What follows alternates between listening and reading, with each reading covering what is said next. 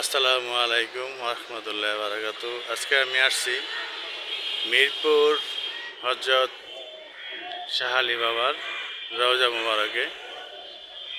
তো আপনারা সবাই অবগত আছেন যে এই বটগাছটার ব্যাপারে। এই বটগাছটা শত বৎসরের পুরনো।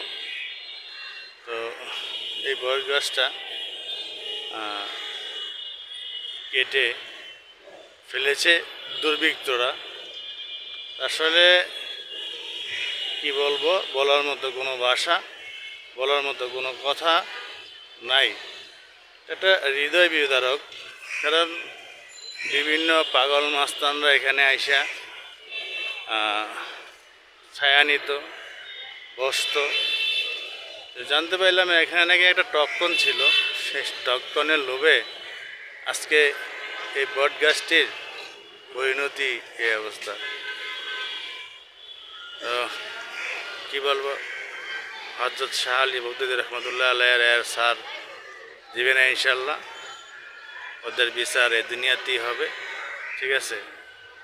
বটগাছটি শত বৎসরের পুরনো, অনেক পুরনো বট গাছ।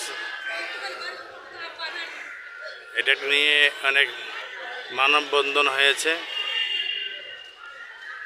পাশে একটি রওজা আছে।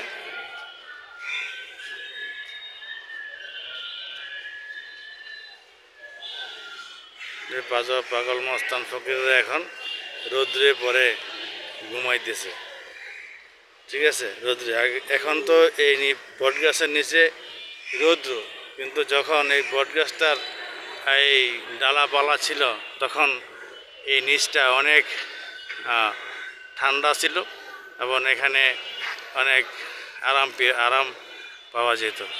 তো সর্বশেষ আল্লাহ পাক রব্বুল আলামিন অবশ্যই তাদেরকে বিচার করবে, এই দুনিয়াতে রেখেই বিচার করে যাবে। আর কিছু বলার নাই। একজনের কাছেই বিচার দিব যে পাগলের কষ্টটা বুঝল না।